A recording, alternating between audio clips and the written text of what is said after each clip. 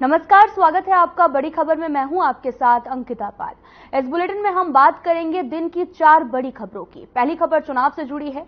चुनाव के बाद अब ईवीएम को सुरक्षा के बीच पर रख दिया गया है। फरीदाबाद में ईवीएम स्ट्रांग रूम में रख दी गई है।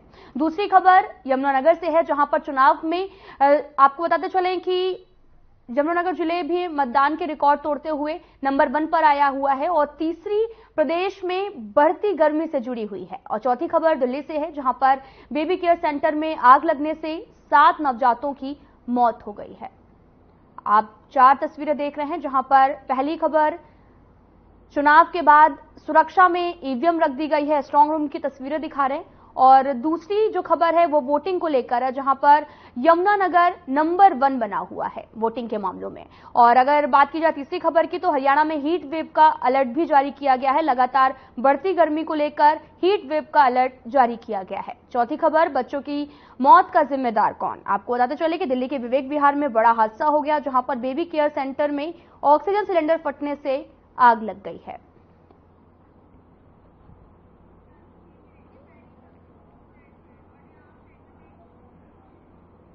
तो रुक करते हैं पहली खबर का। हरियाणा में लोकसभा चुनाव के बाद अब प्रदेश की सभी ईवीएम को सुरक्षा के लिए स्ट्रांग रूम में रख दिया गया है। फरीदाबाद में भी ईवीएम को जिस स्ट्रांग रूम में रखा गया है, वहां पर प्रशासन का सख्त पहरा है।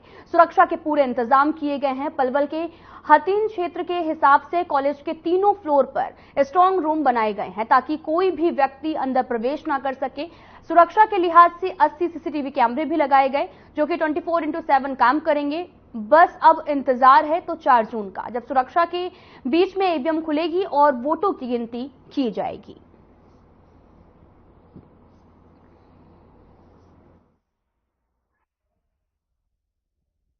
देखिए, यहाँ पे क्योंकि तीनों ही जो अपनी विधानसभा क्षेत्र हैं उनकी मशीनें यहाँ रखी गई हैं, और वैसे भी जो चुनाव आयोग के दिशा निर्देश हैं उसके हिसाब से 3 कॉर्डन में सिक्योरिटी रखी गई है। सबसे बाहर डिस्ट्रिक्ट पुलिस है, बीच में आईआरबी का कॉर्डन है, और सबसे एंड में जो है वो पैरामिलिट्री का है। किस तरह से सुरक्षा व्यवस्था के साथ साथ लोगों को यहाँ पर आने जाने के लिए कैसे रोका जा रहा है? क्या परमिशन के लिए कुछ आपने क्या व्यवस्था की गई है? देखिए, जो हमारा ये रिसेप्शन एरिया है, वहाँ पे स्क्रीन लगाई गई है, जिनमें आप पूरे टाइम जो स्ट्रांग रूम के आसपास का एरिया और स्ट्रांग रूम के गेट्स, उनकी लगातार सीसीटीवी फुटेज चल रही है। कोई भी कैंडिडेट, उनके एजेंट या कोई आमजन वो आके वहाँ देख सकते हैं, और किसी भी तरह की कोई बात हो तो उस बारे में जो भी है वो बता सकते हैं। सर, यहाँ कैमरे की व्यवस्था अच्छी बनाई गई है, 80 कैमरे लगाए गए हैं। प्रोग्राम बहुत बढ़िया है, प्रॉपर्टी बहुत अच्छा है। तो क्या 80 कैमरे जो लगाए हैं वो क्या सभी इसी तरह पूरी तरह से काम कर रहे हैं? हाँ सर, पूरी तरह से काम कर रहे हैं, नीले चले हुए। तो कितने दिन से ये व्यवस्था बनाई जा रही थी?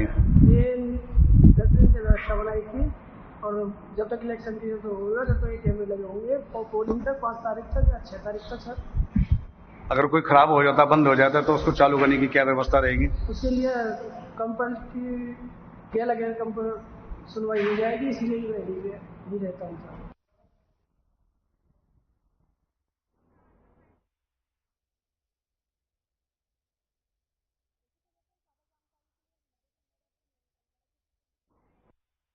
आपको बताते चलें कि वोटिंग के बाद ईवीएम को सुरक्षा के हिसाब से स्ट्रांग रूम में रख दिया गया है, और 80 सीसीटीवी कैमरे भी लगाए गए हैं। स्ट्रांग रूम में पुलिस का पहरा भी है। आपको बताते चलें कि कंट्रोल रूम में अंधेरा ना हो, इसके लिए बिजली की भी व्यवस्था की गई, जो कि 24 घंटे रहती है। टीवी स्क्रीन पर सभी कैमरों पर डिस्प्ले दिखना भी चाहिए, जैसा कि आप तस्वीरें भी देख सकते हैं। आपको बताते चलें कि इसी खबर पर ज्यादा जानकारी के लिए हमारे संवाददाता मोनू पांचाल जुड़ चुके हैं। मोनू, अगर बात की जाए ईवीएम की, तो ईवीएम को स्ट्रांग रूम में तो रख दिया गया है, लेकिन अगर बात की जाए सुरक्षा व्यवस्था की, तो कितने लेयर की सुरक्षा की गई है? अंकिता, देखिए, जिस तरीके से कल जो है चुनाव निपटा है, चुनाव के चलते जितने भी नेता हैं, बात की जाए तो तमाम नेताओं की जो तकदीर है वो उस ईवीएम मशीन में कैद हो चुकी है, और कहीं ना कहीं 4 जून को रिजल्ट आएगा, तब पता लगेगा कि किसकी किस्मत चमकी है और किसकी किस्मत डूब गई है। तो इसको लेकर के अगर ईवीएम मशीनों की बात की जाए तो कल जैसे कि जो है जो चुनाव से पहले स्ट्रांग रूमों को जो है वो पूरी तरीके से तैयार कर दिया गया था, चाहे वो सीसीटीवी कैमरे की बात करी जाए, चाहे वो पैरामिलिट्री की बात करी जाए, वो तमाम जो घेरे हैं, यानी बात की जाए तो इन घेरे के अंदर जो है ईवीएम मशीनों को रखने के लिए पूरे बंदोबस्त यहाँ पर कर दिए गए थे। तो को लेकर के तो इस तरीके से देखा जाए तो लगभग 15 दिन पहले जो है वो स्ट्रांग रूमों को बनाने में जो है तैयार करने में समय लग गया, लेकिन जब कल चुनाव हो गए ईवीएम मशीनों में जो है नेताओं की किस्मत कैद हो गई, तो कल जो है ईवीएम मशीनों को ले जा करके जो है तमाम जगह जहां स्ट्रांग रूम बनाए गए हैं उनमें जो है वो रख दिया गया है। रखने के साथ साथ मैं बता दूं व्यवस्था जो यहाँ पर तमाम तरीके की व्यवस्थाएं जो है यहाँ पर की गई है। लगभग जो है सीसीटीवी कैमरे जो है वो हर कोने पर, हर चप्पे चप्पे पर जो है वो लगाए गए हैं, ताकि किसी तरीके की कोई हरकत होती है तो वो कैद हो जाए। उसके साथ साथ मैं बता दूं कि अंकिता जहां पर मशीनें रखी हुई हैं उनके घेरों, अगर 3 घेरों की बात की जाए तो 3 घेर जो है वो वहां पर बनाए गए हैं पॉइंट, चाहे वो लोकल पुलिस की बात कर ली जाए, चाहे वो पैरामिलिट्री की बात कर ली जाए, चाहे तमाम अन्य सुरक्षाओं की बात कर ली जाए, तो तमाम देखते हुए तो पूरी तरीके से ईवीएम मशीन जो है बिल्कुल घेरे में है, किसी तरीके का कोई पर्दा पर नहीं मार सकता। अंकिता इसके साथ साथ मैं बता दूं कि जहां ईवीएम मशीनें रखी गई है वहां पर तमाम विभाग के जो कर्मचारी से लेकर के अधिकारी तक जो है वो बने रहेंगे, चाहे वो बिजली बोर्ड की बात कर ली जाए, क्योंकि जिस तरीके से देखा जाए तो जिस स्ट्रांग रूम में जो है वो ईवीएम मशीन रखी गई है वहां पर किसी तरीके का कोई अंधेरा या लाइट गुल ना हो, इसको लेकर के भी वहाँ जो बिजली विभाग के कर्मचारी है वो वहां पर तैनात है। वही बात की जाए तो फायर ब्रिगेड के कार्यालय और अधिकारी जो है वो तो जो है 24 घंटे तैनात है। तो कहीं ना कहीं देखा जाए तो तमाम व्यवस्थाओं के घेरे में जो है वो ईवीएम मशीनें रखी गई हैं। जी अंकित जी, पूनू पंचाल जी, आपसे ये भी जानना चाहेंगे कि लगातार सुरक्षा व्यवस्था का जायजा लेने के लिए भी कोई अधिकारी वहां पर पहुंचा है? जी बिल्कुल, देखिए अगर देखा जाए तो चुनाव आयोग की तरफ से जो है जिस तरीके से देखा जाए तो अधिकारी यानी कि निर्वाचन जो अधिकारी बनाए गए हैं चुनाव आयोग की तरफ से, वो तमाम जो है कहीं ना कहीं जो है वो ग्राउंड पर जो है ग्राउंड पर जाकर के जो है वो जायजा यहाँ पर देते हुए नजर आते, कहीं ना कहीं चेकिंग करते हुए नजर आती है। किसी तरीके की कोई व्यवस्था, कोई ढील, कोई ढिलाई तो यहाँ पर नहीं बरत रहा, कोई अधिकारी या कोई किसी तरीके से पुलिस की तरफ से कोई ढिलाई तो नहीं की गई है। और उसके साथ साथ मैं बता दूं कि जहाँ मशीनें रखी गई है अंकिता, उसका जो काफी किलो यानी कि जो 500 मीटर के दायरे तक जो है वो एक भी जो है जिसका आना जाना जो है वो पूरी तरीके से पायबंद यहाँ पर रखा हुआ है।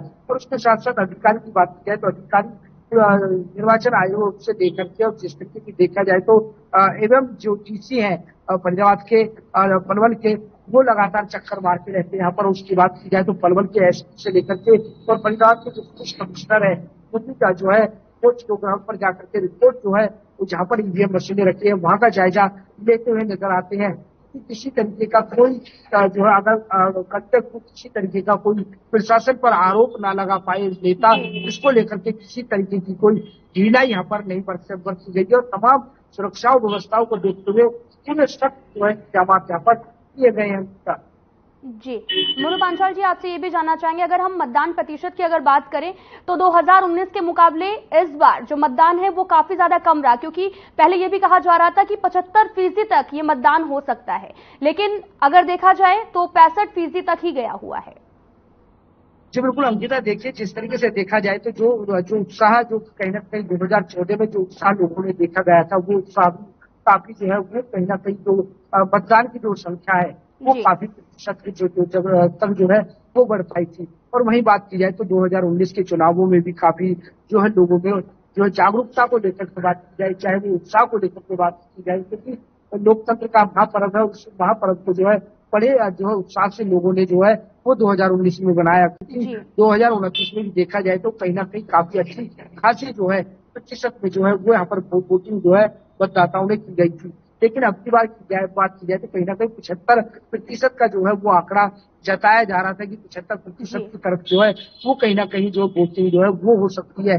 तमाम जो अधिकारी की बात की जाए तो तमाम जो चाहे वो सोशल मीडिया से बात की जाए, चाहे वो फोन करके जो वीडियो ऑडियो कॉल करके बात की जाए, तमाम यानी वीडियो से बात की जाए, चाहे वो जो रेडियो है FM जो उस पर जो है तरीके के जो है वो संदेश यानी की बात की जाए तो संदेश यहाँ पर किया गया था कि मतदान का उपयोग जरूर करें, आने वाली 25 तारीख को जो वोटिंग करें। तो कहीं ना कहीं जिस तरीके से देखा जाए तो प्रशासन की तरफ से जो है लोगों को अलग अलग तरीके से जो है यहाँ पर जागरूक जरूर किया गया था, लेकिन जागरूकता करने के बाद भी जो है वो कहीं ना कहीं 63 और 65% जो है वो चुनाव हो पाया। तो कहीं ना कहीं इस तरीके से अगर देखा जाए तो बार एक मुकाबला जो है वो कहीं ना कहीं काटे का फरीदाबाद के अंदर देखने को मिला। एक तरफ जो है कहीं ना कहीं जिस तरीके से देखा जाए तो 5 बार के विधायक और कहीं ना कहीं 3 बार के जो है कैबिनेट मंत्री महेंद्र प्रताप जो है वो कांग्रेस प्रत्याशी थे। वही बात की जाए तो जिस तरीके से जो फरीदाबाद के लोकसभा के प्रत्याशी 2 बार से सांसद रहे और कहीं ना कहीं तीसरी बार जो है उन्होंने जो है भरोसा जता करके तीसरी बार जो है मैदान में उतारा। तो कहीं ना कहीं मुकाबला जो है वो कांटे का जरूर यहाँ पर देखने को मिला। लेकिन 1% की बात की जाए तो कहीं ना कहीं मतदान को लेकर के वो कहीं ना कहीं आंकड़ा जरूर लगाया जा रहा था कि जिस तरीके से देखा जाए तो ज्यादा 1% में जो है वो मतदान यहाँ पर हुआ। लेकिन सबसे बड़ी बात जब तक मैं आपको बता दूं 25 तारीख को कहीं ना कहीं गर्मी जो है वो कहीं ना कहीं बहुत ज्यादा तापमान में 25 डिग्री जो है वो 44, 45 और 46 तापमान का डिग्री जो है वो कहीं ना कहीं जो है पहुंच रहा था। तो कहीं ना कहीं इतनी भरपूर गर्मी के निकलने के बाद जो है वो 65% यहाँ पर चुनाव जो मतदान है वो हो पाया है। जी मोनू पांचाल जी, जैसा कि आपने बताया कि भीषण गर्मी और लू के कारण काफी ज्यादा मतदान इसकी वजह से भी कम हुआ है, लेकिन अगर हम कुछ इलाकों में देखें, कुछ जिलों में देखें तो जहां पर किसान आंदोलन का असर रहा है वहां पर मतदान काफी ज्यादा हुआ है, जैसे कि सिरसा, अंबाला और कुरुक्षेत्र।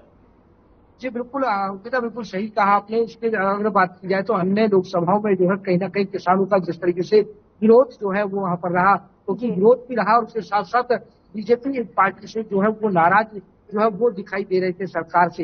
लेकिन देखा जाए तो लगातार जिस तरीके से कहीं ना कहीं कई जो गांव हैं, कई इलाके हैं, कई लोकसभाओं में जो है कहीं ना कहीं जो है वोटिंग यानी कि जो है मतदान करने को लेकर के बहिष्कार करने तक की बात कही गई थी। लेकिन कहीं ना कहीं वो असर जो जमीनी स्तर पर नहीं था और लोगों ने जो है बढ़ चढ़ करके जो है वो मतदान किया। वही फरीदाबाद की बात की जाए तो फरीदाबाद में कुछ इलाके ऐसे हैं, चाहे वो हत्ती की बात करी जाए, हत्ती एक ऐसा इलाका है जहाँ विशेष समुदाय जो रहता है उसमें भी जो कहीं ना कहीं वोट जो है वो मतदान जो है वो कहीं मात्रा में जो है वो कम होता है। लेकिन अब की बात की जाए तो कहीं ना कहीं इस तरीके से देखा जाए तो 51% वो विधानसभा में जो है वो वोटिंग डालने का लोगों ने काम किया। उसके साथ साथ मैं बता दूं अंकिता, इसके साथ ही जो है फरीदाबाद के मोहना गांव में भी कुछ किसान या ग्रामीण क्षेत्र से लेकर किसान जो लोग हैं उन्होंने भी जो है यहाँ पर नाराजगी जरूर जताई। कहीं ना कहीं जो बीजेपी के प्रत्याशी केशरपाल के खिलाफ भी नाराजगी यहाँ पर जताई और कहीं ना कहीं वोट न डालने को लेकर के यहाँ पर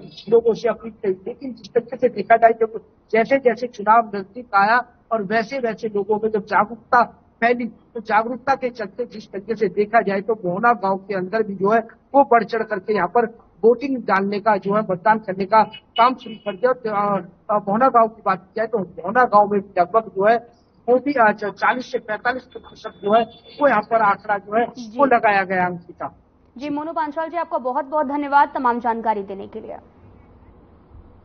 तो बढ़ते हैं दूसरी खबर की तरफ। हरियाणा में हुए मतदान में यमुनानगर जिला टॉप पर रहा है, जहां पर 71.5% से अधिक मतदान रिकॉर्ड किया गया। भीषण गर्मी के बावजूद भारी संख्या में मतदाता मतदान केंद्रों पर नजर आए हैं, जिसका नतीजा ये रहा कि यमुनानगर जिला हरियाणा में नंबर 1 बना है। इस दौरान यमुनानगर के उपायुक्त कैप्टन मनोज कुमार का भी कहना है कि इसके लिए जिला के सभी मतदाता, चुनाव अधिकारी, पुलिस अधिकारी, CISF के अधिकारी बधाई के पात्र हैं। इसके साथ ही उन्होंने ये भी कहा कि मतदान प्रतिशत बढ़ाने को लेकर लगातार स्वीप एक्टिविटी भी चलाई जा रही थी। सोशल मीडिया, इलेक्ट्रॉनिक मीडिया सहित कई संस्थानों का भी सहयोग लिया जा रहा था और उसी का ये परिणाम है कि भीषण गर्मी के बावजूद मतदान अच्छा रहा और यमुनानगर जिला का नंबर 1 पर रहा है।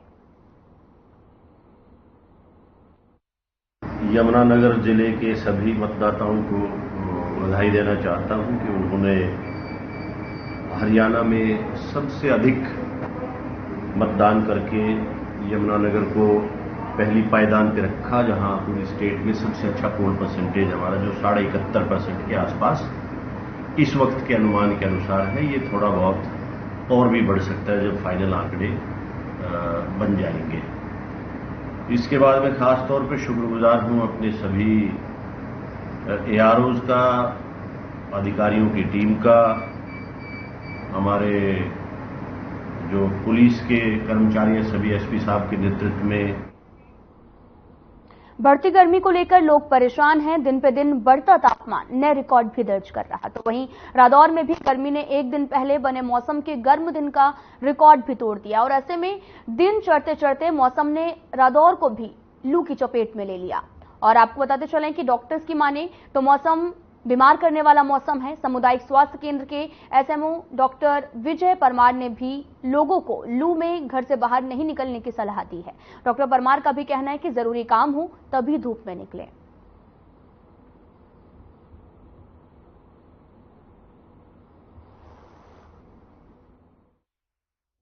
देखिए, जैसा आप जानते हैं एकदम से गर्मी पड़ी है और सरकार द्वारा भी इसके बारे में हिदायतें जारी करी जा चुकी हैं। हीट वेव जो है इस वक्त आप देख रहे हैं टेम्परेचर 45-46 डिग्री एकदम जा रहा है और गर्म खुश्क हवाएं चल रही हैं। हमारे पास जो मरीज आ रहे हैं ज्यादातर लूज मोशन के साथ आ रहे हैं या वॉमिटिंग के साथ आ रहे हैं, फीवर उनको साथ में है।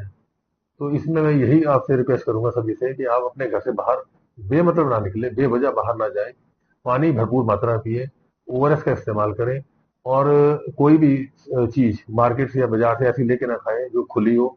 आपने अगर लेनी है, जैसे अब क्या तरबूज आ रहा है, उसका भरपूर इस्तेमाल करें, वो खाएं। इसी तरीके से तरल पदार्थ, हरी सब्जियां, उनका सेवन ज्यादा है। इसी खबर पर ज्यादा जानकारी के लिए हमारे साथ विशेष संवाददाता हरविंदर जुड़ चुके हैं। हरविंदर, आपसे जानना चाहेंगे कि लगातार जो मौसम है वो लगातार करवट ले रहा है और लगातार गर्मी भी बढ़ती जा रही है, तो अभी वहां का तापमान क्या है?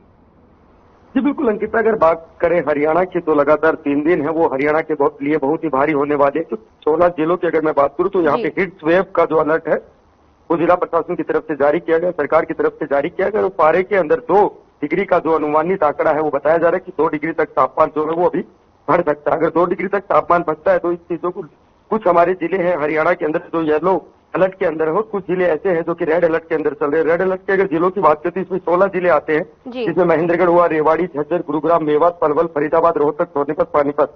इसके अलावा येलो अलर्ट के अंदर भी बहुत सारे जिले हैं जिसको लेकर काफी सारी गाइडलाइंस जो है वो यहाँ पर बताई गई है।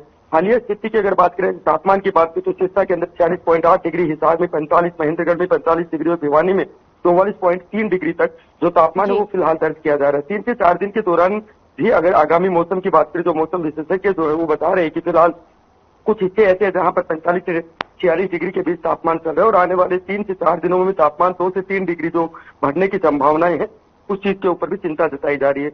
और गर्मी के बढ़ने के कारण एक सबसे बड़ी बात यहाँ पर खड़ी हो जाती है कि जो आम जन है, जो लोग हैं, उन लोगों को भी इस चीज का जो है सामना यहाँ पर करना पड़ रहा है। जी हरविंदर, जैसे कि एडवाइजरी भी लोगों के लिए जारी की गई है, तो उस एडवाइजरी में क्या कुछ कहा गया है? जी बिल्कुल, साफ तौर पर यहाँ पर जो सरकार की तरफ से इंतजाम किए गए उसमें सरकारी स्कूलों को लेकर छुट्टियां यहाँ पर घोषित कर दी गई हैं। साथ ही 2.5 महीने से जो बरसात नहीं हो पाई, एक बड़ा कारण है गर्मी को जो बढ़ने का एक कारण माना जा रहा है, वो इस चीज को भी माना जा रहा है कि हरियाणा में 2.5 महीने से 31% जो है वो बारिश हो पाई। 4 जिले जो है हमारा जींद, कुरुक्षेत्र, करनाल और कैथल जो है वहाँ पे सामान्य से ज्यादा और अम्बाला के अंदर सामान्य के आसपास बारिश हुई, जबकि 17 जिले ऐसे हैं जहाँ पर सामान्य से कम बारिश हुई है। प्रदेश के अंदर 20 मई तक की अगर मैं बात करूँ तो 35 जो mm बारिश है वो होनी चाहिए थी, लेकिन कहीं ना कहीं 24.8% बारिश यहाँ पर रिकॉर्ड की गई। हरियाणा में अगर 4.2 ही बारिश जो है वो मई तक हो पाई, जबकि इस माह में 11.3 की जो सामान्य जो बारिश है वो होनी चाहिए थी। कि सब चीजें ना होने की वजह से जो है वो तापमान में लगातार इजाफा हो रहा है। और हीट वेव अगर लगातार चल रहे हैं तो उसके काफी सारे नुकसान होते हैं। जंगल में आग लगने की घटनाएं हो सकती है, रिहायशी इलाके में जो आगजनी की संभावना है वो हो सकती है, बिजली और पानी का जो संकट है वो यहाँ पर गहराया जा सकता है। अभी डॉक्टर साहब बता रहे थे कि लू लग सकती है, डिहाइड्रेशन हो सकता है, सर दर्द हो सकता है। तो ये काफी सारी चीजें जिसको लेकर चीजें जो है वो देखी जा रही है। जी हरविंदर, गर्मी में बिजली की खपत भी ज्यादा बढ़ जाती है, तो इस बार अगर बात की जाए तो कितनी ज्यादा मात्रा में यूनिट की उपलब्धता की जा रही है? जी बिल्कुल, साफ तौर पर अगर बिजली की बात करें तो हीट वेव के कारण जो ट्रांसफार्मर होते हैं, जो इलेक्ट्रॉनिक्स आइटम होते हैं, उनके ऊपर लोड होता है। और लोड क्योंकि ऑलरेडी जो 43 से 45 डिग्री तापमान जो है वो चल रहा है। कुछ स्थान ऐसे हैं जहाँ पर 46 से 47 डिग्री तापमान की स्थिति यहाँ पर बताई जा रही है और कुछ जगह ऐसी है जहाँ पर रात को भी स्थिति गर्म हवाओं की स्थिति यहाँ पर बनी रहती है। तो जाहिर सी बात, अगर 42 और 44 के बीच में अगर तापमान होगा तो फिर ऊपर से इलेक्ट्रिसिटी को जो रिचार्ज किया जाता है या आगे भेजा जाता है, उसके लिए जो संसाधन यूज किए जाते हैं उनके अंदर ऑलरेडी हीटिंग होती है। तो जिसको लेकर वहां पर जो मशीनें वो फेलियर होती है, जो ट्रांसफार्मर है वो फेलियर होते हैं। लेकिन कहीं ना कहीं अगर मैं गुरुग्राम की बात करूं तो यहाँ पर बिजली विभाग के द्वारा लगातार इस चीजों को देखा जा रहा है और कोशिश की जा रही है कि जो बिजली की समस्या है वो यहाँ पर ना हो। जी हरविंदर, अगर बात की जाए पिछले साल के मुकाबले गर्मी की, तो इस साल गर्मी ने कुछ ज्यादा ही रिकॉर्ड तोड़ दिया है। जी बिल्कुल, मैं पहले भी इस बात को क्लियर कर चुका हूँ कि जो गर्मी है उससे लगातार बढ़ने का एक बड़ा कारण इसलिए माना जा रहा है कि अभी ना नौ तपा का जो है वो चल रहा है और अभी 3 दिन तक लगातार ये चीजें चलेंगी। 26, 27 और 28 मई को बिल्कुल रेड अलर्ट जारी रहेगा। 16 जिलों को बिल्कुल क्लियर बोला गया है कि यहाँ पर जो गर्मी की तादाद है वो 1 डिग्री से 2 डिग्री तापमान यहाँ पर बढ़ सकता है, जिसमें 44 से 45 डिग्री जो तापमान है वो ऑलरेडी यहाँ पर रिकॉर्ड किया जा रहा है। राजस्थान से सीमा से सटे हुए अगर हरियाणा के कुछ जिलों की बात करें या फिर महेंद्रगढ़ की बात करें तो वहां पर जो बर्फीला जो स्थान होता है उसकी वजह से जो हीट वेव है वो ज्यादा यहाँ पर होती है और उसकी वजह से गर्मी के बढ़ने के कारण से बिल्कुल ज्यादा माने जा रहे हैं। जी हरविंदर, अगर बात की जाए जल संकट की तो किन जिलों में जल संकट देखने को मिल रहा है? जी बिल्कुल, सबसे बड़ी समस्या यही होती है गर्मी को लेकर कि जब गर्मी बढ़ती है तो बिजली की समस्या यहाँ पर होती है और उसके बाद जो ग्रामीण क्षेत्र होता है वहां पर जो पानी की समस्या वो बिजली की समस्या के साथ साथ ही उत्पन्न होती है। अभी काफी जगह से चीजें की सुनने में आ रही है, समाचार यहाँ पर पहुंच रहे हैं कि कुछ जगह ऐसी है जहाँ पर पानी की व्यवस्थाओं को लेकर जो आमजन है वो परेशान हो रहे हैं, लेकिन कहीं ना कहीं जिला प्रशासन अपने लेवल पर अभी इस स्थिति को संभाले हुए, लेकिन आगामी 3 से 4 दिनों से अगर बात करें अगर लगातार ऐसे ही चलता रहा तो कहीं ना कहीं बड़ा जल संकट और बिजली संकट हरियाणा में पैदा हो सकता है। जी, और डॉक्टर्स का क्या कुछ कहना है कि कैसे लोग गर्मी से ज्यादा बचाव करें? जी बिल्कुल, डॉक्टरों की साफ तौर पर 2-3 चीजें क्लियर है, क्योंकि तेज गर्मी की वजह से जो बीमारी का रिस्क है उसके अंदर डिहाइड्रेशन आपको हो सकता है, आंखों में एलर्जी आपको हो सकती है, टाइफाइड आपको हो सकता है, चिकन पॉक्स की जो चीजें हैं वो हो सकती है। और सबसे बड़ी चीजें कि हार्ट अटैक की जो चीजें उसमें साफ तौर पर डॉक्टरों ने बताया कि अगर ज्यादा गर्मी के अंदर लोग रहते हैं तो उसका प्रभाव वो सीधा सीधा लोगों के ऊपर पड़ेगा, क्योंकि सिरदर्द, बेहोशी, चक्कर आना, उल्टी, दस्त वगैरह की चीजें वो लगातार हॉस्पिटल में जो तादाद बढ़ रही है उस चीज को लेकर डॉक्टर्स भी चिंतित है। लेकिन कहीं ना कहीं जो मौसम में लगातार परिवर्तन हो रहा है और जो बारिश की वजह से तापमान में इजाफा हो रहा है उसको लेकर भी सारी चीजें साफ तौर पर देखी जाए। जी हरविंदर, आप हमारे दर्शकों को ये भी बताइए कि लोग जो हैं बाहर निकलते समय किन चीजों का उपयोग करें ताकि वो बीमारियों से भी बच सकें और गर्मी से और हीट वेव से? जी बिल्कुल, डॉक्टर्स की अगर माने तो डॉक्टरों की तरफ से साफ तौर पर कहा गया है कि दोपहर के 12 बजे से लेकर शाम को 4 बजे तक कोशिश करें कि वो घर से बाहर ना निकले, क्योंकि सीधी धूप जहाँ पर होती है तो वहाँ पे टेम्परेचर ऑलरेडी ज्यादा होता है। अगर घर से बाहर निकल भी रहे हैं तो लोगों को चाहिए कि वो अपने सर के ऊपर किसी प्रकार का कपड़ा लगाकर या फिर अपने मुंह को नकाब की तरह से वो करके वो लोग बाहर निकले, छत्ते का इस्तेमाल करें ताकि डायरेक्ट जो धूप है वो उन लोगों के ऊपर ना गिरे। ज्यादा से ज्यादा पानी का इस्तेमाल करें, लिक्विड चीजों का ज्यादा इस्तेमाल करें ताकि डिहाइड्रेशन की जो समस्या है उससे बचा जा सके। और कोशिश की जाए कि 12 बजे से लेकर 4 बजे तक वो घर से बाहर ना निकले ताकि इन चीजों को बचाया जा सके। जी हरविंदर, कब तक ये गर्मी का दंश लोगों को झेलना पड़ सकता है? बिल्कुल, अभी मैं वही बता रहा हूँ कि नौतपा की शुरुआत अभी हुई है। 26, 27 और 28 की अगर हम बात करें, आज 26 तारीख है, कल 27 और 28 मई तक लगातार ये चीजें हैं जिसमें रेड अलर्ट के अंदर हमारे हरियाणा के 16 जिले बताए गए हैं। वही साफ तौर पर कुछ ऐसे भी जिले जिसमें येलो अलर्ट है। तो साफ तौर पर इन चीजों को देखा जा रहा है कि जो तापमान में अगर इजाफा होता है तो 1 डिग्री से 2 डिग्री तक तापमान में इजाफा होगा। फिलहाल हालिया स्थिति की बात करें तो कुछ जिले ऐसे जहाँ पे 45 डिग्री टेम्परेचर है वो यहाँ पर चल रहा है। महेंद्रगढ़ में 45 डिग्री तापमान है, भिवानी के अंदर 44.3 डिग्री, सिरसा के अंदर 46.8 डिग्री तापमान जो है। और ये लगातार 2 दिन के बाद संभावनाएं जताई जा रही है कि 2 दिन में 1-2 डिग्री तापमान में अगर और इजाफा होता है तो स्थिति होगी वो कहीं ना कहीं संकट में होगी। जी हरविंदर जी, आपका बहुत बहुत धन्यवाद तमाम जानकारी देने के लिए। तो बढ़ते हैं आगे। दिल्ली में एक बेबी केयर सेंटर में आग लग गई है, जहां पर आग लगने से ऑक्सीजन सिलेंडर फट गया। आपको बताते चले कि आग लगने से 7 नवजात बच्चों की मौत हो गई है और हादसे के बाद 5 बच्चों को दूसरी जगह पर ले जाया गया, जहां पर कई नवजात बच्चों का रेस्क्यू भी किया गया है। आपको बताते चले कि पूरा मामला दिल्ली का है, जहां पर ऑक्सीजन सिलेंडर फट गया। दरअसल दिल्ली के विवेक विहार में बड़ा हादसा हो गया है और बेबी केयर सेंटर में ऑक्सीजन सिलेंडर फटने से आग लग गई। हादसे में 7 बच्चों की मौत हो गई है तो वहीं 5 लोगों को दूसरी जगह शिफ्ट किया गया है, जहां पर उनका इलाज लगातार जारी है। फिलहाल इस बुलेटिन में इतना ही। नमस्कार।